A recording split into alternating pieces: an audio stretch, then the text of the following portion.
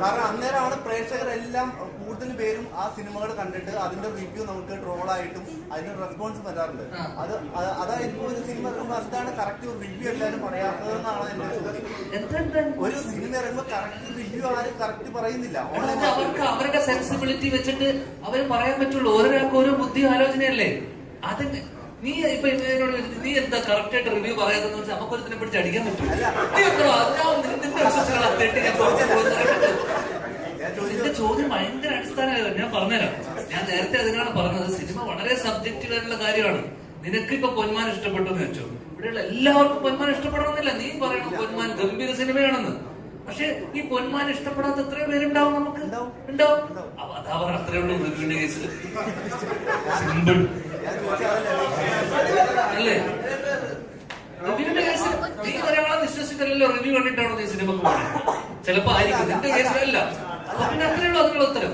അതുകൊണ്ട് നീ എന്നോട് ചോദിക്കാം എന്തുകൊണ്ടാണ് റിവ്യൂസ് കറക്റ്റായിട്ട് റിവ്യൂ. ഞാൻ റിവ്യൂ അല്ല, നാളെ ഞാൻ റിവ്യൂ അവിടെ അടി ഉണ്ടാക്കില്ല. അത്രേ ഉള്ളൂ.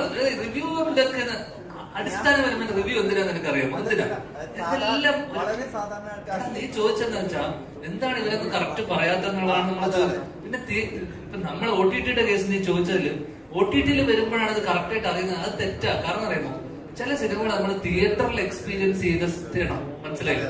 അപ്പൊ ഞാനൊരു സിനിമ ഇതേപോലെ സിനിമ തിയേറ്ററിൽ കണ്ടു. ഓക്കെ, എനിക്ക് ആ സിനിമ തിയേറ്ററിൽ കണ്ടില്ല. കാണാത്ത സിനിമ ഞാൻ OTT അത് തിയേറ്ററിൽ സൂപ്പർ ഹിറ്റ് ആയ സിനിമയാണ്. ഓക്കെ, ആ സിനിമ കണ്ടിട്ട് പിന്നെ ഞാൻ OTT വരുമ്പോൾ കാണുന്ന സമയത്ത് ഞാൻ ഇതേപോലെ തന്നെ ഞാനൊരു ഡിസ്കഷനിൽ എനിക്കൊന്ന് അശ്വനിന്റെ അടുത്ത് അവരുടെ തന്നെ ഫോണിൽ സംസാരിച്ചപ്പോൾ ഞാൻ ചോദിച്ചു ഇതെന്താണ്, ഇത് ഭയങ്കര അഭിപ്രായമുണ്ട് പക്ഷെ എനിക്ക് ഇഷ്ടപ്പെട്ടില്ല എന്ന് പറയുമ്പോ എനിക്കൊന്ന് അശ്വൻ തന്നെ പറഞ്ഞു. ആരോ ഇത് റിവ്യൂവർ തന്നെയാണ്. അവ പറഞ്ഞത് ഞാൻ തിയേറ്ററിൽ കാണണം.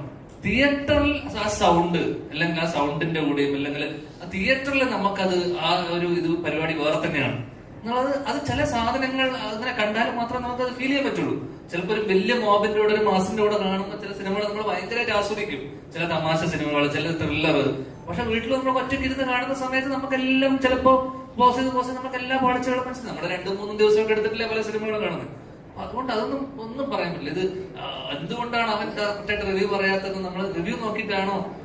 ചിലപ്പോൾ എത്രയോ ആൾക്കാർ റിവ്യൂ നോക്കി പോകുന്ന ആൾക്കാരൊക്കെ പോകുന്നവർ പോട്ടെ, നീ അങ്ങനെ പോകണ്ട.